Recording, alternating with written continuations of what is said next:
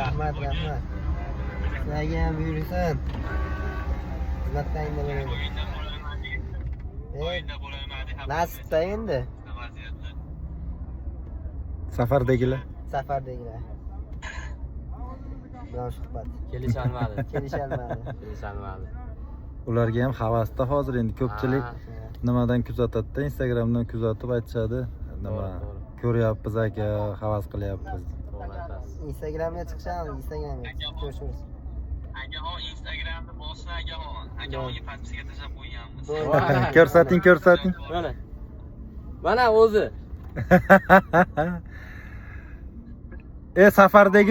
Safardagi bo'ydoqlar sizlarga sabr tilaymiz. Jahongir dey yaqin. Tinch bo'linglar. Do'stimiz baxtli bo'lsin. Mana kurugdagi pochin ekan, mana buni ham safdan badara qilyapti, xudo xolasa. Endi mana qaytmayman deb va'da berdi-yu. Oma xursand.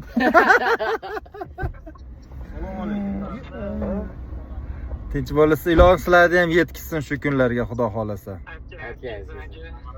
Soqani qilib kelaveringlar shu yerdaman. Bugun svidetiyamiz endi haqiqiy tilni bajaring, ayting endi. Do'stimga endi baxt tilayman, doim baxtli bo'lsin. Birinchisi, xudo xolasa. Birinchisi o'g'il. Birinchisi o'g'il bo'lsin. Ilohim. Keyingilari mayli, o'zi biladi. Bizda har doim eng zo'r tilak Hasan Husan deb qolamiz. Ilohim do'stlaringizga ko'z tegmasin. Mana sizlar oqibatlaringni ko'rib maza qilib o'ryapman-da. Mana o'sha safarda yurgan bolalar ham misol uchun qarang, mana bee'tibor. Mana shu o'zimiz eng yaqin do'stlarimiz, 6 tamiz. Ajralmas do'stlar edi endi. Gap so'z yo'q. Bu mo'jiza. Do'st bo'lish bu mo'jiza. Haqiqatan ham do'stlik bu mo'jiza. Chunki hali aka-uka emas-da bu. G'irt begona odam bir-biriga aka-ukadan zo'r bo'lib bir-biriga oqibat qilishi bu mo'jiza. Xudo tomonidan berilgan mo'jiza. Buni qadriga yetish kerak. Do'stlaringizni qadriga yetinglar.